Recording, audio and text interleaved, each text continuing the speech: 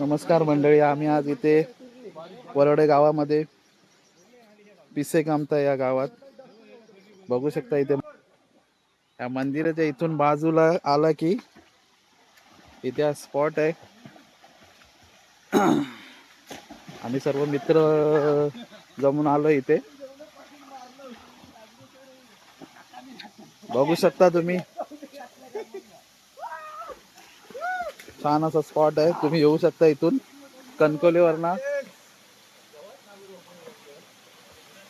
6 kilometre अंतरावर आहे. आपले मित्र आहेत सगळे.